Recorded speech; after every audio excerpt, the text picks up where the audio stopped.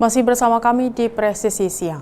Untuk mengetahui pantauan arus lalu lintas siang hari ini, berikut laporan Brigadir Putu, petugas NTMC Pokarlantas Polri dari Bypass Ngurah Rai, Bali. Baik, terima kasih rekan di studio dan selamat siang pemirsa. Pada acara kenegaraan yang akan berlangsung beberapa hari lagi yaitu KTT World Water Forum yang ke-10 tahun 2024 yang akan diselenggarakan di Bali. Saat ini saya sedang berada di kawasan Jalan Bypass Ngurah Rai, Bali. Dapat kami informasikan situasi arus lalu lintas pada siang hari ini pada kawasan Bypass I Gusti Ngurah Rai, Bali dapat kita lihat bersama dari arah Pasanggaran yang akan menuju ke Sanur. Saat ini lalu lintas terpantau cukup ramai.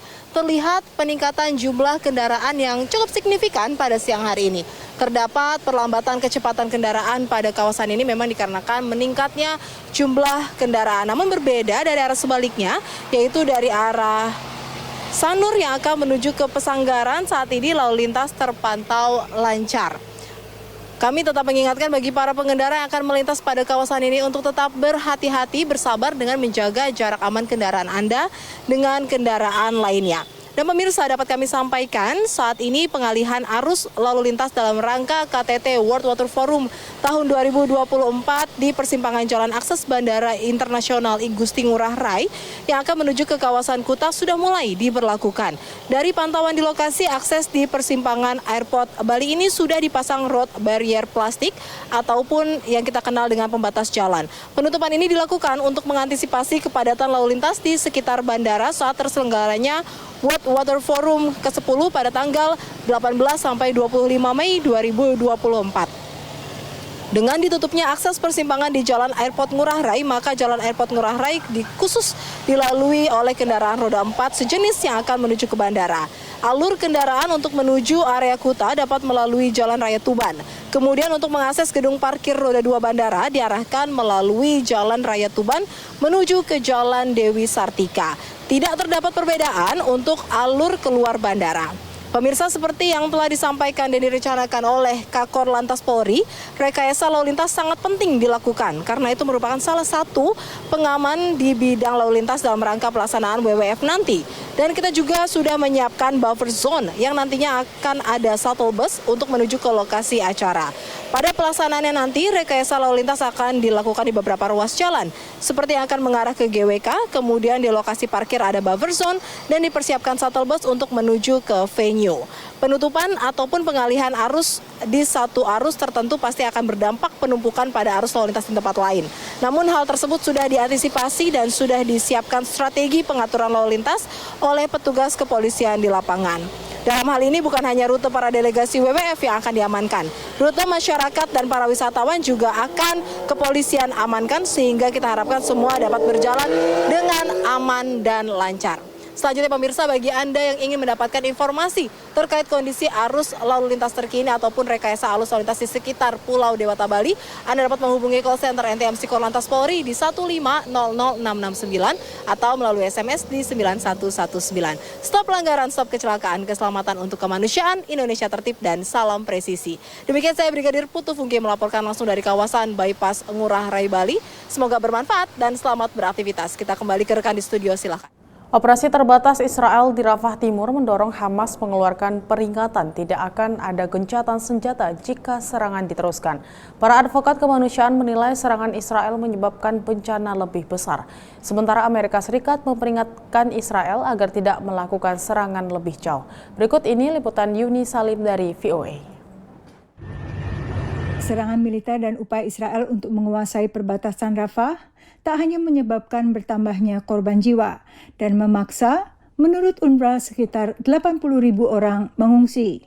Menurut sejumlah lembaga kemanusiaan kepada wartawan secara virtual, dampaknya jauh lebih luas. Israeli army just give few hours to evacuate. We are talking about hundreds of thousands of people.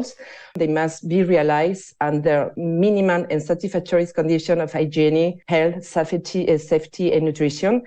And all of these criteria were not met. The Rafah crossing, it was the only point for the humanitarians, for the people to go in and out, but also for all the human. And now is closed, and we don't have any visibility. So more than ever, is Gaza is closed. Kondisi ini juga menyebabkan rencana pergantian relawan Mercy jadi terhalang. Tim medis Indonesia, EMT, Emergency Medical Team, itu seharusnya 7 orang keluar dan 7 orang masuk. Diputuskan memang tidak ada yang boleh keluar dan juga tidak ada yang boleh masuk. Namun saat ini kita memfokuskan untuk mengeluarkan tim EMT atau untuk keluar dari Jalur Gaza untuk mengamankan diri karena situasinya memang semakin berbahaya. 12 relawan yang tertahan di Gaza kini berada di sebuah fasilitas kesehatan tak jauh dari Al-Mawasi, di wilayah yang disebut cukup aman dari serangan di Rafah Utara. Pemerintahan Biden telah memperingatkan Israel untuk tidak melakukan serangan lebih luas di Rafah. Israel beralasan serangan di Rafah bertujuan menarget Hamas. Meski kelompok militan tersebut menyetujui proposal gencatan senjata pada Senin lalu, namun apa yang disetujui Hamas belum memenuhi tuntutan Israel, juga terkait pembebasan sandera oleh Hamas. Sikap Amerika Serikat dan Israel terhadap Hamas saat ini masih belum berubah.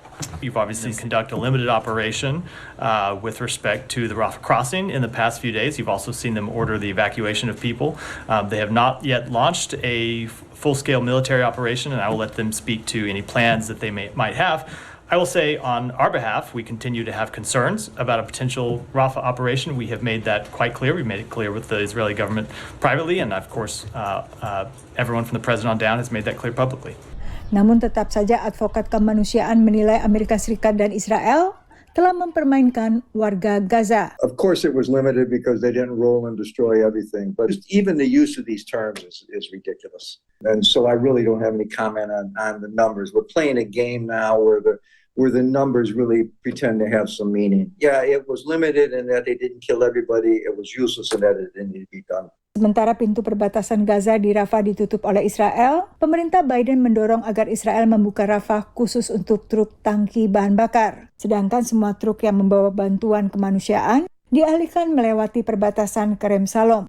Dari Washington DC, Yuni Salim, Naras Prameswari, dan tim VOA. Mantan Presiden sekaligus kandidat Capres Partai Republik, Donald Trump menyatakan jika terpilih ia akan menerapkan kembali larangan perjalanan bagi sejumlah negara mayoritas Muslim. Larangan perjalanan kontroversial ini sempat ia terapkan sebelumnya dan dibatalkan oleh Presiden Joe Biden. Berikut ini laporan Virginia Gunawan dari VOA. Dan informasi ini sekaligus menutup jumpa kita di Presisi siang hari ini. Saksikan terus tayangan Polri TV melalui website tvradio.polri.go.id dan YouTube TV Radio Polri, serta channel siaran digital terestrial 34 UHF. Saya Bribda Tamara, terima kasih atas perhatian Anda, selamat siang dan salam presisi.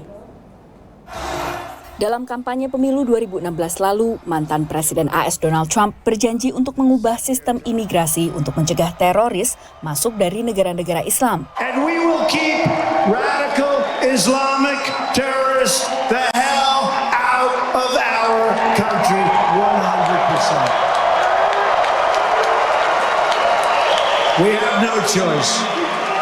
We have no choice. Ketika menjabat, Trump melarang perjalanan masuk ke Amerika Serikat dari 7 negara dengan penduduk mayoritas Muslim yang memantik protes dan tuntutan hukum, termasuk dari American Civil Liberties Union. If there are real threats, then those threats should be investigated on an individual basis. But we shouldn't assume that any group or religion is more dangerous than another group. Larangan perjalanan ini diperkarakan hingga Mahkamah Agung Amerika Serikat dengan mayoritas hakim agung berlatar belakang konservatif. We have to be tough and we have to be safe and we have to be secure. Larangan perjalanan Muslim di bawah Trump berlaku selama sedikitnya 3 tahun 10 bulan. Larangan perjalanan Muslim yang dikeluarkan Trump ini berdampak bagi 218 juta orang warga negara Irak, Iran, Libya, Somalia, Suriah, dan Yaman. Mereka yang terdampak termasuk pengungsi Suriah yang ditangguhkan hingga waktu yang tidak ditentukan, juga 700 orang ditahan serta 60 ribuan visa dibatalkan di bawah larangan ini. Larangan perjalanan ini ditentang oleh Joe Biden dalam kampanyenya pada tahun 2020 lalu. You know, you don't have to accept the president who promulgates hatred and exclusion toward Muslims and trumped up bans on travel bans on Muslims. Ia pun mengakhiri larangan perjalanan tersebut setelah diangkat sebagai presiden. Jelang pemilu 2024, kepada pendukungnya di Wisconsin, Trump menyebut peristiwa di Timur Tengah meyakinkannya untuk menerapkan kembali larangan perjalanan ini. We do not need a jihad in the United States of America. We do not need our once great cities to become hotbeds of terrorism. And on day one of the Trump presidency, I'm restoring the travel ban, suspending refugee admissions, and keeping terrorists the hell out of our country, like I had it before. Sementara dalam kampanyenya, Biden menggarisbawahi kontribusi imigran terhadap Amerika. Dalam kampanye tertutup untuk donornya, ia memberikan contoh negara-negara lain yang tertinggal karena adanya perasaan benci terhadap orang asing atau xenofobia. Jajak pendapat Harvard CAPS Harris pada April lalu menunjukkan isu imigrasi masuk dalam isu utama bagi pemilih AS setara dengan inflasi. Dari Washington DC, Virginia Gunawan dan tim VOA.